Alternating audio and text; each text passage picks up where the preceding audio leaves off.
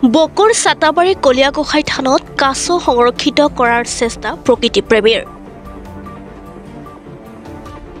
পুনৰ সুৰক্ষিত স্থানত এৰি দিলে দুষ্প্ৰাপ্য কাছ।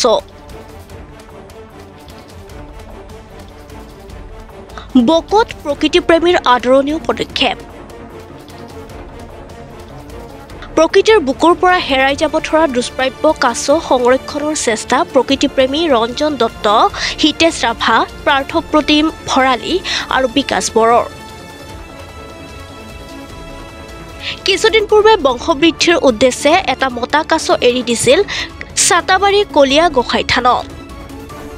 পুনৰ একে স্থানতে এৰি দিয়ে মাইকী কাছৰ পোৱালি। বিভিন্ন স্থানত উদ্ধাৰ হোৱা কাছসমূহ সংৰক্ষণ কৰি আহিছে এই যুৱককেইজনে।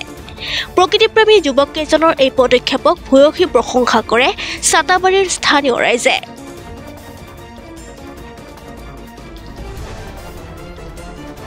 আজি চাটাবাৰী শ্ৰী শ্ৰী কলিয়াগোসাঁই ঘৰীয়া ৰাইজৰ পুখুৰীত আমাৰ শ্ৰদ্ধাৰ প্ৰকৃতি প্ৰেমীসকলে আমাৰ মাজলৈ এটা কাছ লৈ আহিছে আৰু ইয়াৰ আগতে তেওঁলোকে ছমাহমান আগতে ইয়াত কাছ তেওঁলোকে এটা ইয়াতে এৰি দিয়া হৈছিলে।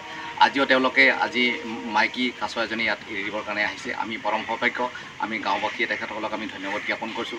তেওঁলোকৰ এই মনোভাৱনাক, তেওঁলোকৰ এই যি প্ৰচেষ্টা, এই প্ৰচেষ্টা সফল হওক আমি ভগৱানৰ ওচৰত প্ৰাৰ্থনা জনাইছোঁ আৰু এনেকৈ যাতে তেওঁলোকে আৰু অগ্ৰগতি লাভ কৰিব পাৰে, আমাৰ প্ৰকৃতিখন যেন সুৰক্ষিত কৰি ৰাখিব, তাৰ বাবে আমি সকলোৱে তেওঁলোকক আমি আশীৰ্বাদ যাচিছোঁ।